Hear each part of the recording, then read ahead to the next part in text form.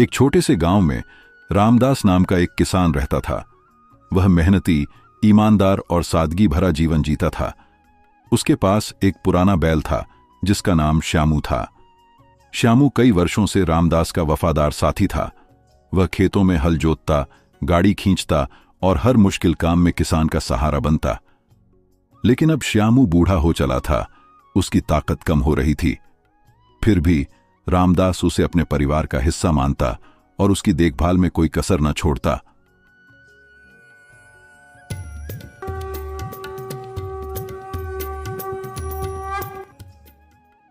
एक सुबह जब रामदास खेतों की ओर जा रहा था, तभी एक जोरदार आवाज ने उसका ध्यान खींचा।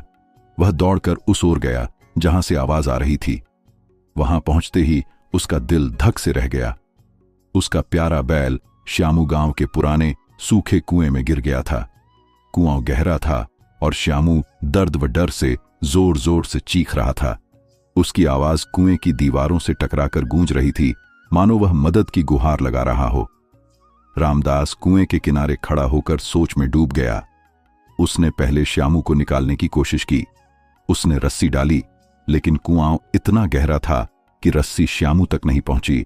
उसने लकड़ी के तख्ते या सीढ़ी का इंतजाम करने की सोची, लेकिन गांव में ऐसा कोई साधन उपलब्ध नहीं था। समय बीतता जा रहा था और श्यामू की चीखें और तेज होती जा रही थीं। रामदास का मन दुख और असमंजस से भारी हो गया। कई घंटों तक वह कुएं के पास बैठकर विचार करता रहा। वह बार बार श्यामू की ओर देखता, जो अब थक कर चुप होने लगा था। रामदास के मन में कई सवाल उठ रहे थे। क्या मैं श्यामू को बचा सकता हूं? अगर बचा भी लिया तो क्या वह फिर से काम कर पाएगा? वह तो बूढ़ा हो चुका है। इन विचारों ने उसे और परेशान कर दिया। आखिरकार उसने एक कठोर निर्णय लिया।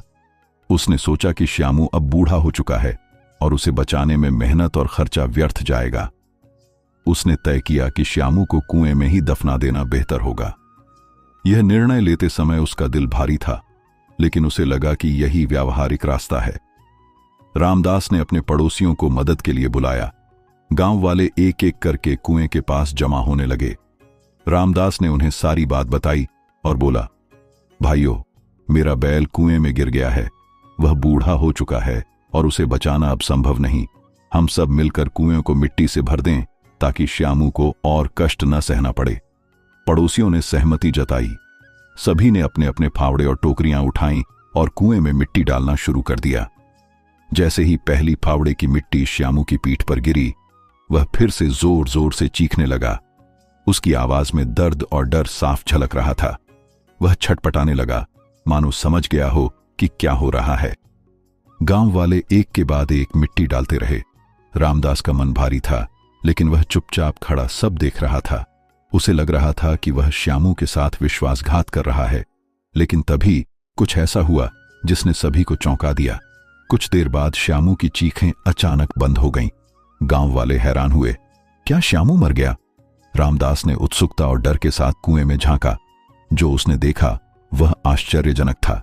श्यामू अब चुपचाप खड़ा था।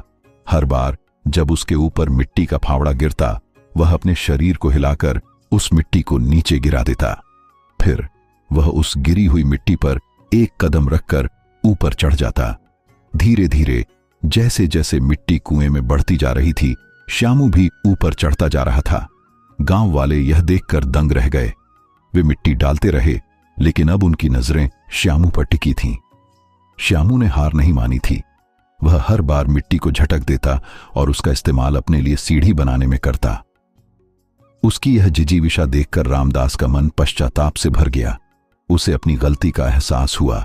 उसने सोचा, मैंने श्यामू को कमजोर समझ लिया, लेकिन उसमें अभी भी इतनी ताकत और हिम्मत है। कई घंटों की मेहनत के बाद श्यामू कुएं के किनारे तक पहुंच गया। उसने एक आखिरी छलांग लगाई और कुएं से बाहर आ गया। वह थक गया था, लेकिन उसकी आंखों में जीत की चमक थी। गांव वाले तालियां बजाने लगे।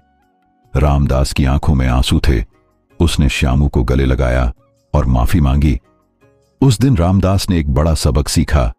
कभी भी किसी की हिम्मत और इच्छा शक्ति को कम नहीं आंकना चाहिए। यह कहानी सिर्फ एक बैल और कुएं की नहीं, बल्कि हमारे जीवन की भी है।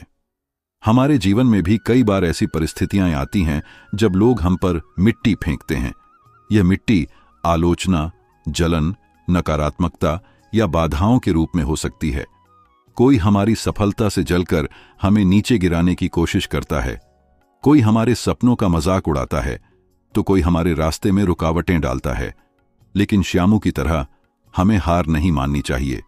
हमें हर मिट्टी को झटक कर उसे अपने लिए सीढ़ी बनाना चाहिए। जीवन में सकारात्मक रहना और अपने आदर्शों का पालन करना सबसे बड़ा हथियार है। समझदार वही है जो दूसरों की नकारात्मकता का जवाब नकारात्मकता से नहीं देता। समझदार वही है जो फेंकी गई ईंटों से अपना आशियाना बना लेता है। स्वाभिमान वह है जो हमारे अंदर रहता है और अभिमान वह जो बाहर छलकता है। हमें अपने स्वाभिमान को बनाए रखना है और हर चुनौती को अवसर में बदलना है। इस कहानी से हमें यह सीख मिलती है कि चाहे कितनी भी मुश्किलें आएं, हमें हिम्मत और धैर्य के साथ आगे बढ़ते रहना चाहिए। जैसे श्यामू ने कुएं से निकलकर दिखाया, वैसे ही हमें भी अपने जीवन के कुओं से बाहर निकलना है। सकारात्मक सोच, मेहनत और आत्मविश्वास के साथ हम हर मुश्किल को पार कर सकते हैं। अगर आपको यह कहानी पसंद आई तो कृपया कथा कहानी चैनल को लाइक, शेयर और सब्सक्राइब करें। ऐसी ही प्रेरणादायक और शिक्षाप्रद कहानियों के लिए हमारे साथ जुड़े रहें। आपका समर्थन हमें और बेहतर कहानियां लाने की प्रेरणा देता है। नमस्कार।